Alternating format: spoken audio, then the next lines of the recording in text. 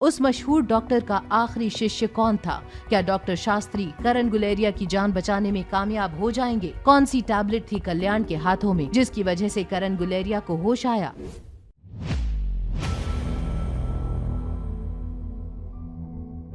आप बस बताइए कि वो कौन है। वो चाहे दुनिया के किसी भी कोने में हो, मैं उन्हें खुद जाकर यहाँ ले आऊंगा। उनका नाम है डॉक्टर वांगापट्टू। आकाश गुलेरिया ने अपने असिस्टेंट को इंस्ट्रक्शंस देने के लिए अपना फोन निकाला। गुलेरिया परिवार भी बड़ी उम्मीद से आकाश की ओर देखने लगा था।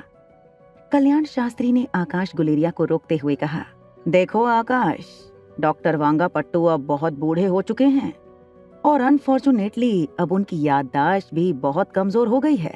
सालों से वो खुद ठीक से चल फिर नहीं पाते। मगर आकाश, मैंने ये सुना है कि डॉक्टर वांगापट्टू ने अभी कुछ साल पहले अपने एक स्टूडेंट को अपनी सारी विद्या सिखाई थी, मगर ये कोई नहीं जानता कि उनका वो शिष्य कौन है। आप चाचा को बस होश में ला दीजिए, मैं डॉक्टर वांगापट्टू के शिष्य को बहुत जल्द ढूंढ लूंगा। कल्याण शास्त्री करण गुलेरिया के बेड के पास अपना आसन जमा कर बैठ गए। अपने शस्त्रों की और अपनी विद्या की पूजा करने के बाद उन्होंने कुछ लंबी लंबी सुइयां करण गुलेरिया के शरीर में अलग अलग जगह पर चुभाना शुरू कर दिया। थोड़ी देर बाद करण गुलेरिया के माथे से पसीना टपकने लगा। Mister Karan Guleria is out of danger now. I think कल तक उन्हें होश आ जाना चाहिए।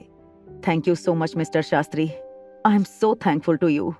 देखें मिस्टर आकाश, मैंने आपसे पहले ही कहा था कि ये इलाज सिर्फ टेम्परेरी है। आपको डॉक्टर वांगापट्टू के शिष्य को ढूंढना होगा। तब तक मैं डॉक्टर शालिनी से रिक्वेस्ट करूंगा कि वो पर्सनली रोज यहाँ पर आएं और मिस्टर करण गुलेरिया को अंडर ऑब्जर्वेशन रखें। ठीक है, मैं जल्द ही उन्हें ढूंढने की कोशिश करता हूँ। आपको हमारा ड्राइवर घर छोड़ देगा। And thank you once again. Kalyan Shastri और डॉक्टर शालिनी करण गुलेरिया के साथ हाथ मिलाकर वहां से निकल गए। तभी कमरे में 21 साल की लंबी और सांवली सी लड़की अंदर आई। उस लड़की ने आकाश से कहा, ये कल्याण शास्त्री खुद ही पापा का इलाज कर सकते हैं, मगर फिर भी पता नहीं क्यों तरह तरह के बहाने बनाए जा रहे हैं। तुमने देखा ना, उनकी थोड़ी सी ट्रीटमेंट से पापा के शरीर पर इतना असर पड़ने लगा। देखो मायरा, तुम अभी छोटी हो, कुछ चीजें तुम नहीं समझ पाओगी। तुम बस ये प्रे करो कि करण चाचा जल्द से जल्द ठीक हो जाएं। मायरा करण गुलेरिया की अडॉप्टेड डॉटर थी। मायरा गुलेरिया पूरे परिवार की लाडली और सारे भाइयों की जान थी।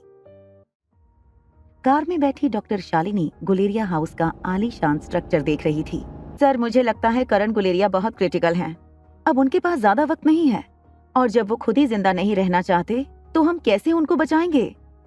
कल्याण शास्त्री ने शालिनी की बात को बीच में रोकते हुए अपने हाथों की मुट्ठी खोली। मुट्ठी के अंदर आधी टैबलेट थी।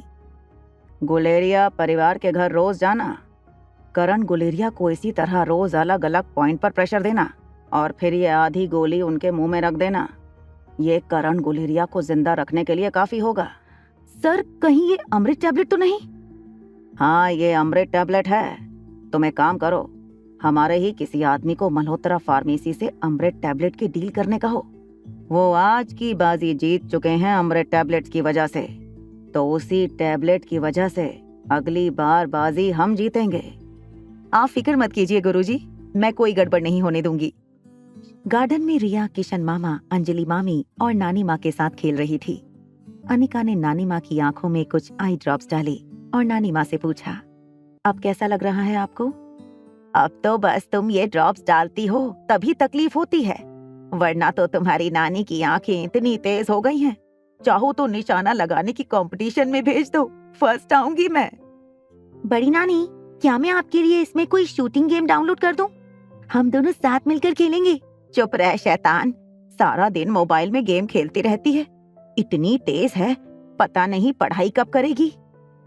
माना कि रिया बाकी बच्चों से काफी स्मार्ट है, लेकिन कब तक इस तरह हमेशा घर में ही उसे ट्रेनिंग देंगे?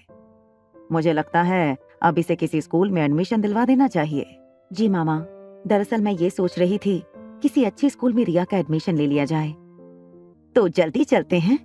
देखो बेटा, दिल्ली की सबसे टॉप स्कूल तो एक ही है, sunshine international school. Sunshine international school के बारे में कहा जाता है कि यहाँ अगर बच्चों का झगड़ा हो जाए तो पूरे देश की इकोनॉमी हिल सकती थी, क्योंकि यहाँ पर दो खादानों के टकराने का मतलब साफ था, इकोनॉमी में बड़ी उथल पुथल हो सकती थी।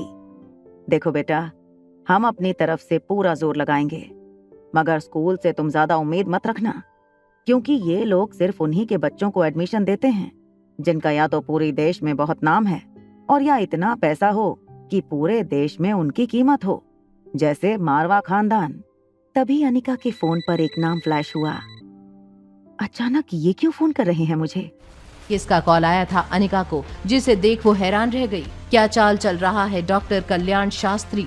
रिया का एडमिशन करने के लिए अनिका अब क्या करेगी?